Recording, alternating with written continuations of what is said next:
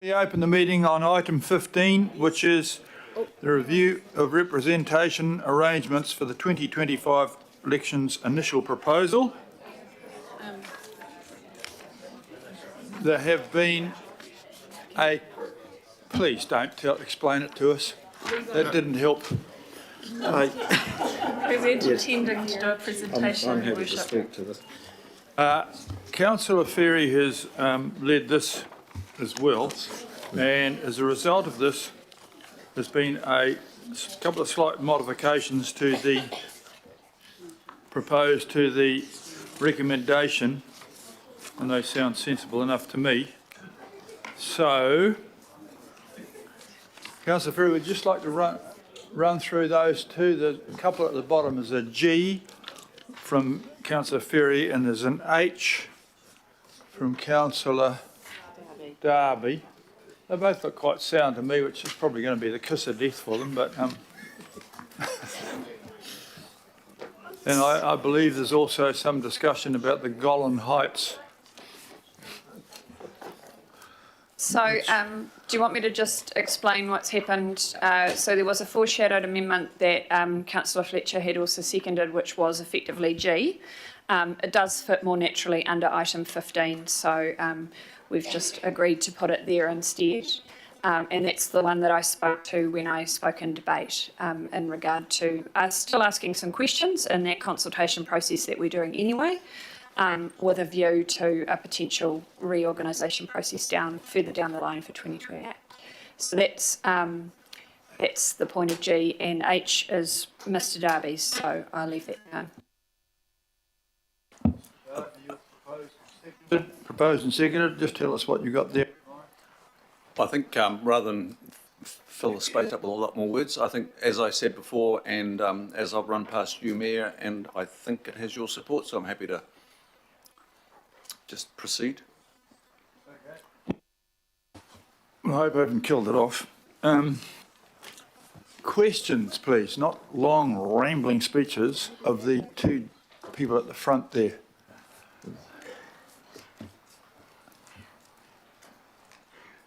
No questions, bloody good. It's been proposed by Councillor Ferry and seconded by Councillor Darby, the entire thing.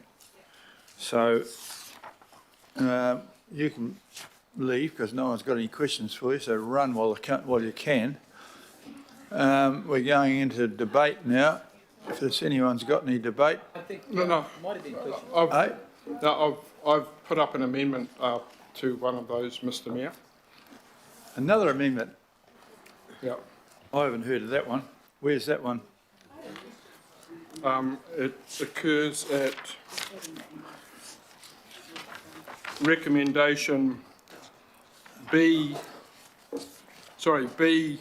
jeepers, what is this? B1 Big B. Francis Bigby, train spotter.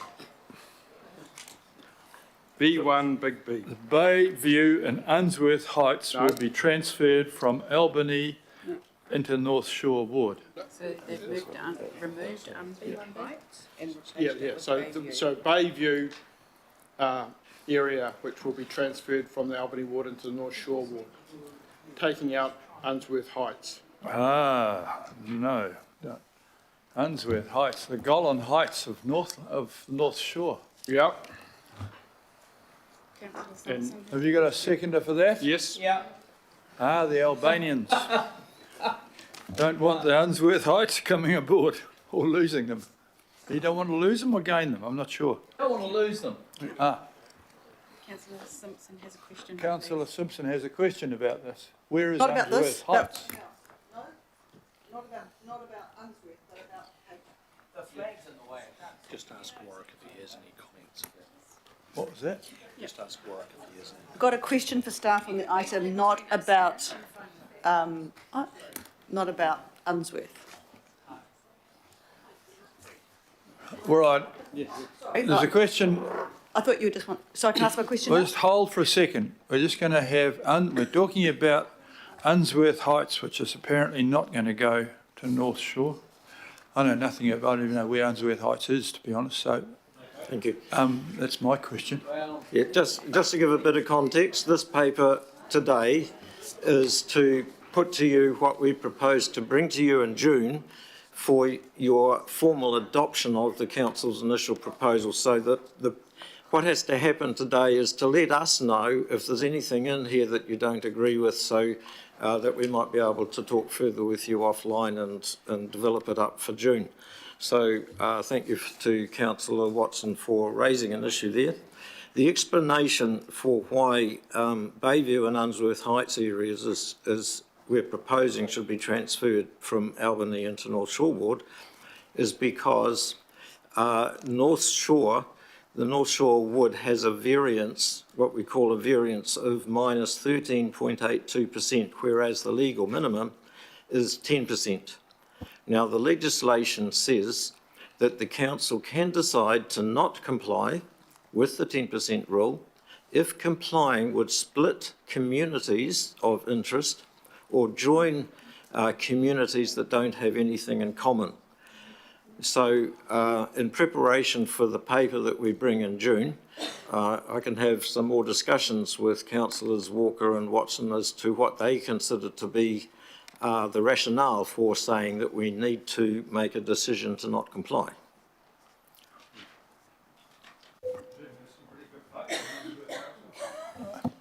Votes in Unsworth Heights, I presume, will have something to do with that. How many rallies you got there? Good votes all over, Mr Mayor. I'm sure there are. Popular.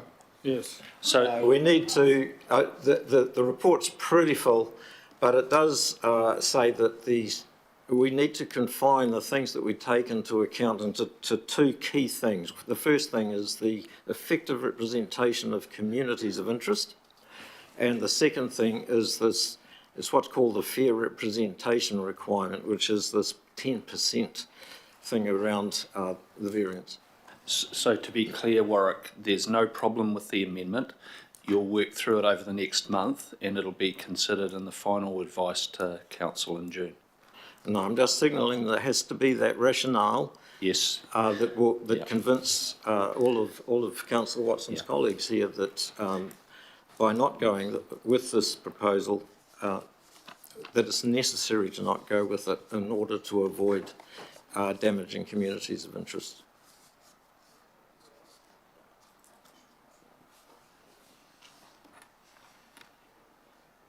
Okay, Councillor Simpson, then Councillor Williamson, then Councillor Newman, then Councillor Watson. This is a question, Your Worship, through you, please. So in the areas which will change, for example, the Ōrākei ward and the Ōrākei local board area are different.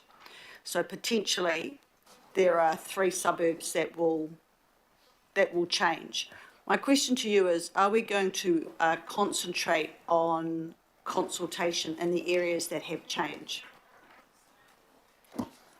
We can do additional little bits and pieces if that would help. Well, I just think when, people potentially, they'll wake up on election day and think, well, hold on, that's different. Yeah. I'll come back to you on what we plan for those areas, Councillor, Deputy Mayor.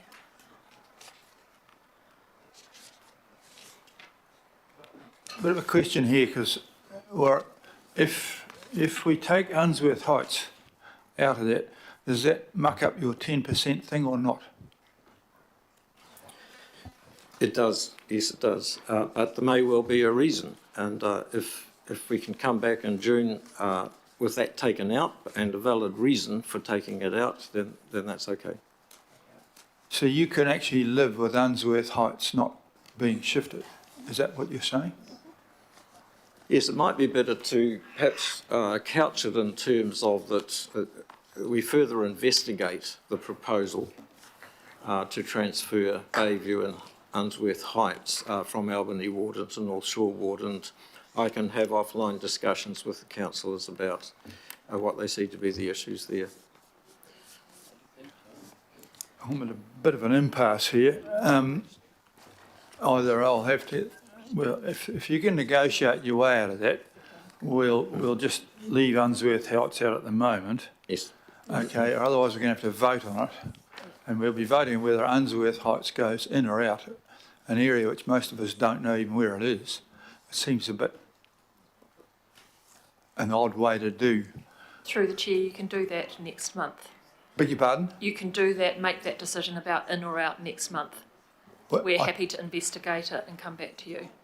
Okay, so I think we need to ask councillors Watson and Walker whether they want to go ahead with their amendment or not. okay, so I'm getting advice here, and so do you want to go ahead with your amendment and vote on it, or are you just going to ask that Warwick looks into it? So I think Meredith's just come up with a good Compromise. recommendation here that we note that staff will work with exactly what Warwick was saying, work with the ward councillors to review Unsworth Heights. to review Unsworth Heights, because there's other matters I could be speaking to here, but I don't necessarily want to take up that time if we can work through it, and then if All right. need be, deal to it or then vote Okay, on so it. we've noted that you have concerns of that. They're going to work through and try and get round it, and then we'll leave it as it is, and we'll vote on the whole thing. We'll put the noting that we're going to do that. We'll add in that councillor noting the concerns of Watson and Walker. Okay, happy with that? It's as messy as we get, but that sounds as though they can work with it, and it looks as though it's got the nod from our legal advice. So the amendment is withdrawn?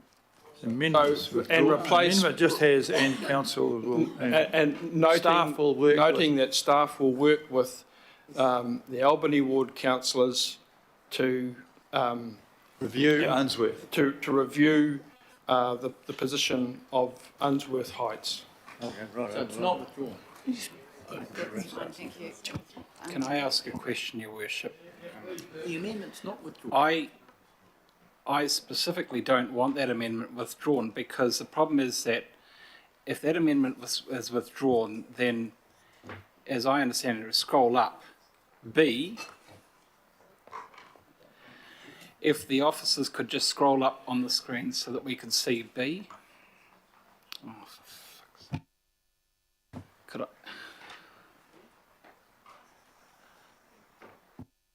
Thank you. The issue is that the amendment helpfully addressed a problem here at B for those of us who don't support what John Gillan sought to achieve through the Joint Governance Working Party.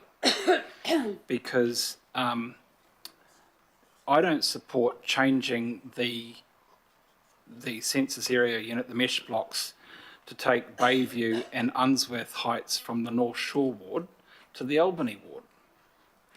I think that there are quite strong communities of interest with the current arrangements whereby, from Bayview and Unsworth Heights, which are currently in the Albany ward, going to North Shore ward, which I don't support. And so the amendment is a helpful replacement to achieve, I thought, what which was trying to achieve in the first place, but which was all mucked up with the Joint Governance Working Party. If that amendment is withdrawn, then we are asked to support in principle the proposal, which includes the transfer of those communities from Albany to North Shore.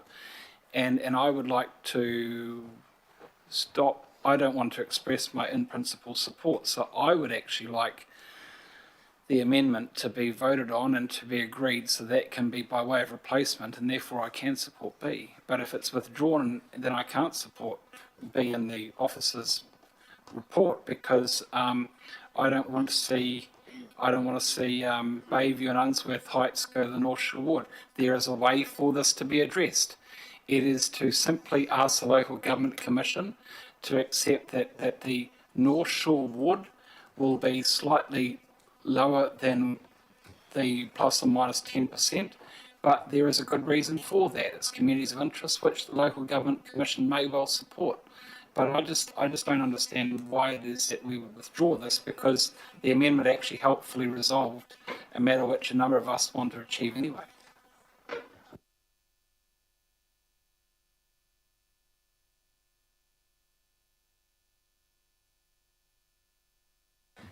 John and Wayne, can you put your amendment up there so we can vote that in?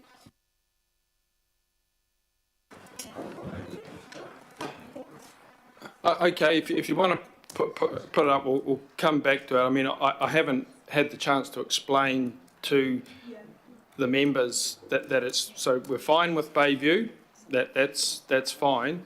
The issues with Unsworth Heights, where is a big block which actually remains in the Upper Harbour Local Board. So it stays in the Upper Harbour Local Board. In fact, it goes into a little bit into the North Shore, whereas when it comes to the ward, then it takes out that, it goes to the North Shore. So this area becomes in the Upper Harbour Local Board area for the Auckland Council, but in the North Shore Ward area. And the boundary line, which is Sunset Road, which is a big ridge, over there's North Shore, and down there's Albany, that gets completely ignored, and the line goes right round like that. It makes no sense. It's community of interest on the other side, so you have a different arrangement for the local board than you do for the ward. And if that does, it completely negates the communities of interest. And if it doesn't need to happen, then it shouldn't happen. That's the simple fact of the matter. And it doesn't need to happen. So we're fine with the other one. That makes sense. That goes to North Shore. Unsworth Heights doesn't make any sense at all. It splits its community of interest. You change the natural boundary that they have altered for the local board, but not the ward. So it doesn't make any sense. It's incredibly confusing for the people involved, and it completely cuts across the communities of interest. Okay, well, I've just been asked by Sandra Lanara that we adjourn for a couple of minutes while she ducks around and see exactly what procedural things we're voting on here at the moment, because we're a bit confused. Okay. I have a look on board. Unsworth Heights are the lucky people who look over the Albany sewage ponds. Will you be taking those new amendments separately so that if we don't support them, we can vote against them? Your Worship, Councillor Watson mentioned that the reason he was proposing this was because it splits communities of interest. That's really what we need to know. So we can go with that amendment if there is a valid community of interest reason for doing what he wants to do. So I can work with him on that and come back with something for. Yes. We're just clarifying it now that captures what I said and what Warwick's just said. Correct. That I can see, I can look at that Bayview area which was nothing's here. That's a moved and seconded amendment. We've had a discussion on it. And absolutely question solely about the amendment, please. Did you say just question at this time, Mayor? Yeah. Okay, so I'm getting a bit confused here. So I'm hearing that you're going to talk to the the Albany councillors, but there's no suggestion of talking to the North Shore Ward councillors. So this is actually a cross-boundary question, right? Yep. So please, and it's not just the councillors, it's probably the local board chairs as well. That's important. No. Now, on the communities of interest, when you come back, I think that's the most important thing. I think it's important to identify how Unsworth residential abuts residential. It only abuts residential to the south. There is a severance to the north of State Highway 18, and then you come to the water care plant, the ponds, etc., and light industrial. So I would like to understand how the geographical features of State Highway 18, which is pretty impermeable, and the different zonings either strengthen or weaken the community of interest. So that's my question for further work. And Warwick, I think that's the sort of thing you'd be doing anyway. And that's the sort of thing we need to discuss offline. I think we can't do it here. The amendment is fine by staff. We can work with that.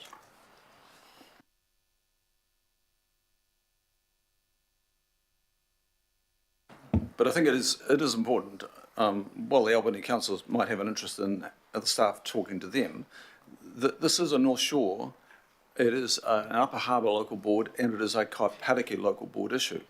You know, if we don't collaborate on these things, then we will end up with a 4.5-hour meeting on the next item, next time we discuss this item, as we did the last time. Councillor,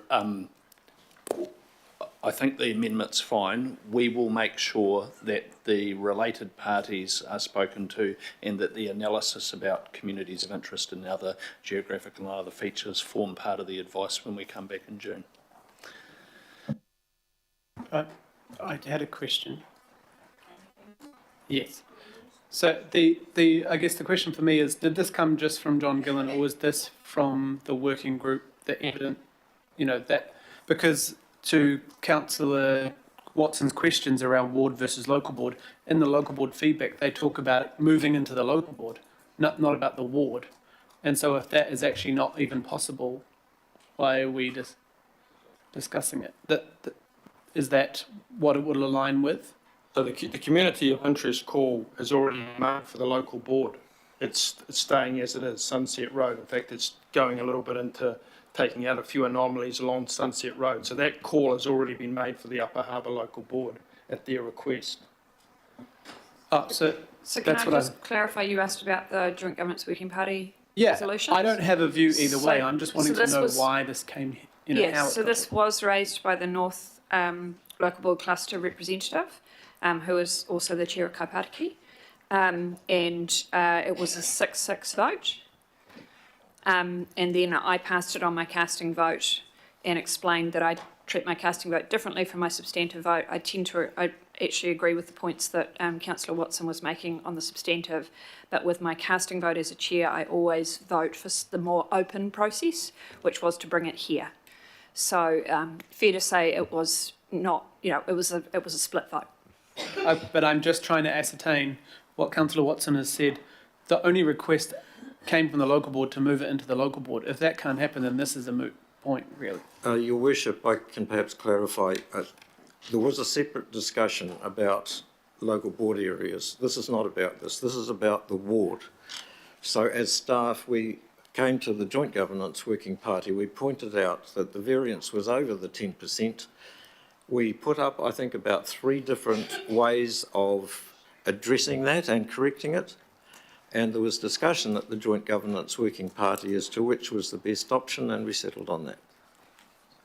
Now, the other aspect to do with local board boundaries and some of Unsworth Heights going to Kaipatiki, that was in the discussion about reorganisation of local boards. That can't happen under a representation review.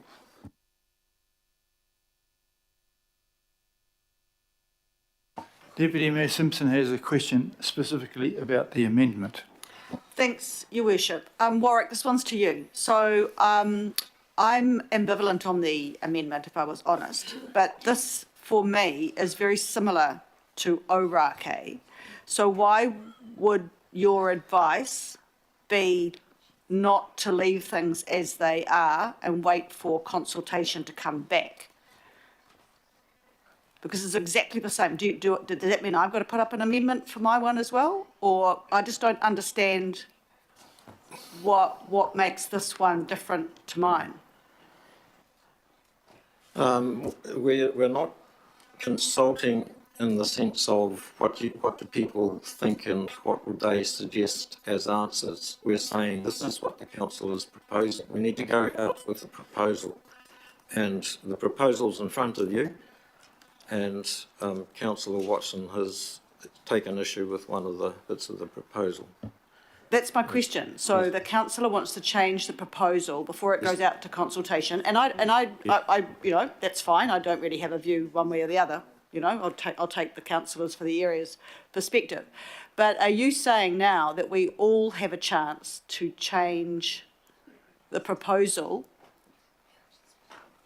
before it goes out to consultation? Yes, theoretically, but because I've got the same. The governing body referred. Yes, so the governing body referred this to the Joint Governance Working Party. There's been a lot of discussion at Joint Governance Working Party. What we're reporting back to you now is as a result of the discussions at Joint Governance Working Party, and also considerable consultation with local boards. Like in their March meetings, there was a formal report to every local board about these matters. Now, I know that the issue with the wards and the isthmus is controversial. I know what you're referring to. So the suggestion at the moment, and this was put before a councillor workshop and there was majority support for it, is that with the statistics the way they are now, we're in a position to go back to 2019 days and realign all of the wards in the isthmus with local board boundaries. At the moment, they're unaligned, and we're just experiencing now the possibility that there will be some misalignment in North Shore. But I know that there is a view that people don't want that alignment to occur in the isthmus. The amendment allows you to actually come back and say that, no, it should shift if you had a good reason for it, so I think we can live with that. So we'll go back and I'm going to put that amendment, because otherwise we'll never get home. So all those in favour of the amendment from Walker and Wattsman, please say aye. Aye. The contrary, and anybody, what's the other one, abstain? I'll abstain, I don't even know where it is, so I'm not going to vote on this. But I'm going with what you're going to do, so that's in there. So the major thing now is the substantive recommendation in plus G and H. Okay? Now I'll take questions on G and H, because we've already had some questions on the substantive one and they left and got dragged back because we went to the Golden Heights. Councillor Fletcher. Thank you. I have two questions for the officers. One is really following on from Councillor Simpson, and that is that if there are matters, I'm assuming that we can come and speak to you prior to this being formalised, and I would like to be able to do that. But if you can just respond formally on that, because I'm happy to come and spend a bit of time with you. Yes. Thank you. The second thing is the concern that I've had that we perpetuate the complications in the public's mind about what the role of local boards vis-a-vis the role of the governing body by the continuation of trying to move everyone into a ward type situation. And with great respect, Phil knows how I feel about this. There is a tendency by officers to say, oh, well, this is your ward, so you go and do this in it, rather than what was intended by the legislation, that we are councillors, all of us, at large. We are regional councillors, but we don't always reflect that in the way that we operate in this chamber. And also because it is encouraged by officers to stick to ward-based issues, which I personally think is a flaw in our current system. What advice, I wasn't on the working party, but what advice did you offer on this issue? Because this is the opportunity, if we wanted to go down the track of encouraging that notion of being regional councillors, what can we do to strengthen the situation? Because I'm quite unhappy with the status quo. We don't, as often as we should, deal with things as regionally as we should. Through you, Your Worship, just for clarification, are you talking about election at large? Well, I want to know whether it was a matter for consideration. Obviously, that was one option, to look at the election of members at large, as the Royal Commission had suggested. There might have been others. I'm just wanting to put my vote behind a more effective council chamber that will genuinely mean that we are acting as regional councillors. Thank you. The question of whether members are elected at large or by ward is certainly part of the representation review process, and it certainly was discussed at the Joint Governance Working Party. We've set out a bullet list type of reasons for and against in the report, and they don't really reflect the discussion. There was quite a bit of discussion about the pros and cons of that large. We also had the view that the rural areas needed representation, which meant that there needed to be wards of at least the size of the rural areas, which gives you 20 ward councillors. To have at-large councillors would mean as well, which makes for a very large governing body, and other reasons that speak to the disadvantages of having at-large councillors are things like by-election costs. It's the whole region, it's over $1 million to hold a by-election and so on.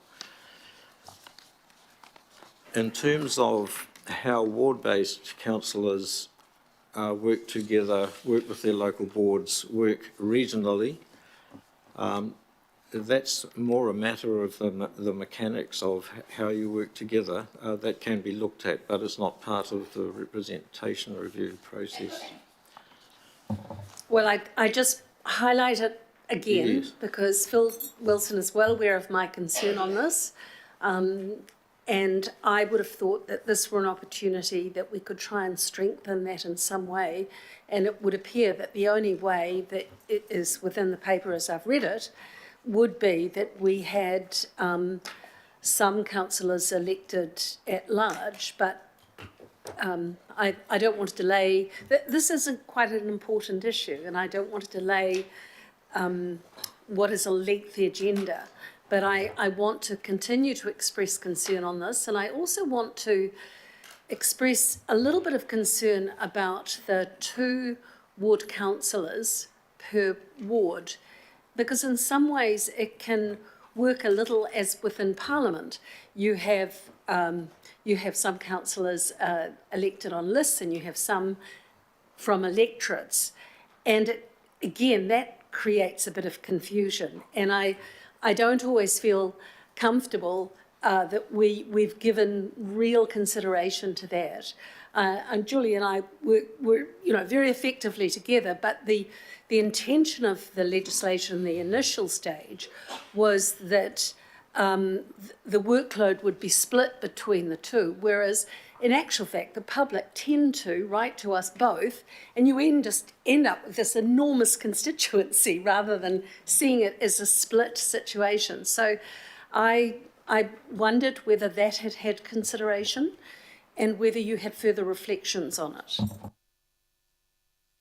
Double member wards was an issue at the last time we did the representation review. You'll remember we actually went out to the public on the prospect of splitting the Manukau ward, and there were submissions saying, well, how about Albert Eden as well?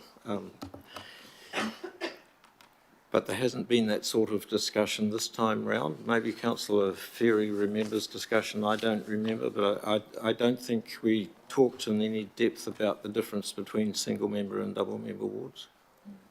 No, I think we, sorry, through the chair, I think we were very focused on, there was some initial discussion sort of testing whether there was much appetite for change generally around, do we want to look at fewer wards at large, single member, blah, blah, blah. And there just wasn't really that much appetite to seek much change from the current structure. So it wasn't really pursued much further. I think at one point Councillor Henderson might have waved a flag about single member, but we pretty quickly, there wasn't a lot of appetite to do work in that direction, and mindful of the capacity of staff and the local board reorganisation process potentially soaking up all of that capacity, it wasn't pursued further. I think that's fair. Yeah. I think item H allows for that to be expanded into covering off the things you've raised there, Councillor. Can we look for something bigger? Okay, we've got Williamson, Lee, Henderson. I'm going to put the vote. Okay, so after Williamson, Got anything to? Yeah, thanks. Thanks, Mr. Chairman. I've got a question of both officials and then a question of you. I'm asking about D2, the Howick Local Board. You're suggesting for some reason that we go to yet one more subdivision than the 3 we've already got. I sort of almost can live with that, although I have to say that travel distances around are nothing like Councillor Baker's or Councillor Sayers' wards, the big rural areas. But what I cannot live with and what I don't understand, and I listen to that great philosopher, Mayor Brown, say, we've got too many politicians in the city, way too many. We've got more than Wellington's got for the whole country. And yet we're proposing here that we increase the number of local board members for the same area from 9 up to 11. Can I ask you, first of all, why that is? There is a problem with the Howick Local Board subdivisions. The Botany subdivision variance is 34.2%, whereas the limit is 10%. And the Local Government Commission staff have pointed out to us that that needs to be addressed this time round. We went to the Howick Local Board workshops and we presented 3 or 4 different ways of addressing that to them. One of the ways of addressing that problem is to increase the number of members by 2. That was the option that was favoured by the local board itself, and it also went out to the public, had a number of public sessions, consultation sessions as to which would be the best way of arranging subdivisions, and what is being presented to you here is what the local board has come back to us with as their preferred option. Okay, well, I must be mixing in the wrong circles, because everybody I talk to out here says, why have we got so many politicians? Why is there 9 on our local board? Why is there 150 or 60, what it is for the council? And why, if you guys are trying to save money, aren't you trying to reduce that number? I've argued we should be reducing that number. I thought the last paper had some real merit, but it obviously got blown away. I just literally do not understand why we wouldn't then say, okay, you do need to go to another subdivision. Why not make it 2, 2, 1 and 2 and have 7 people on the local board? It would then, Howick being the largest board, Councillor Williamson would then be the largest board with few members compared to other boards of that size. It's comparative to the other local boards and the number of members that they have and the size of them. Appreciate your views. This is what the local board wanted. If you talk to the Institute of Directors, they will tell you that any board above 9, in fact, they suggest a board of 7 is a proper working size board for a company or an entity. Any board above 9 becomes unmanageable, and we're now going to take it from 9 up to 11.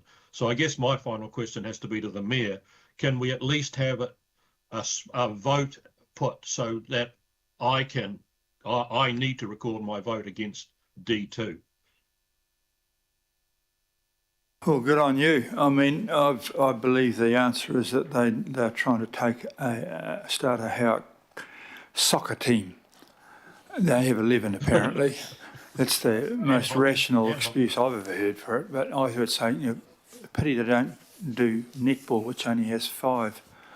7, oh well. Councillor Lee, even that's got bigger than it was.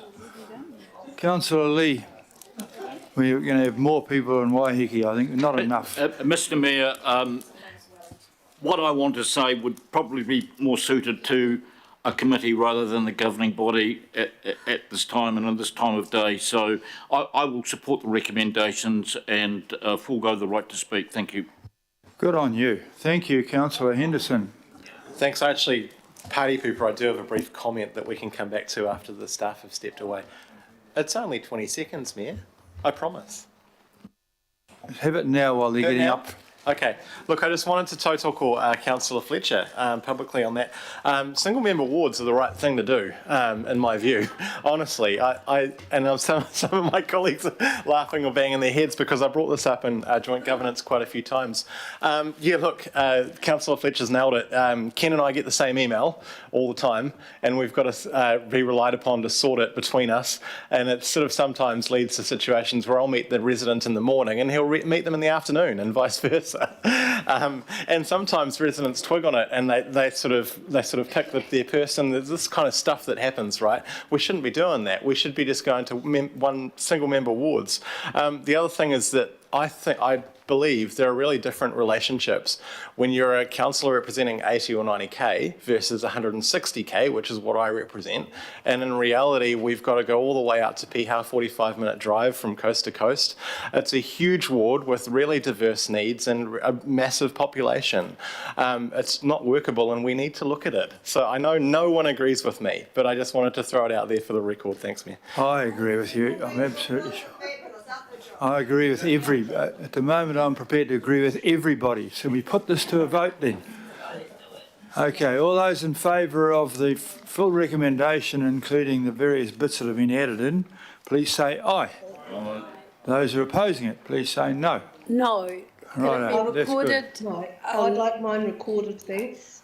So can, Councillor Williamson and Councillor Stewart are recording their votes against clause D2.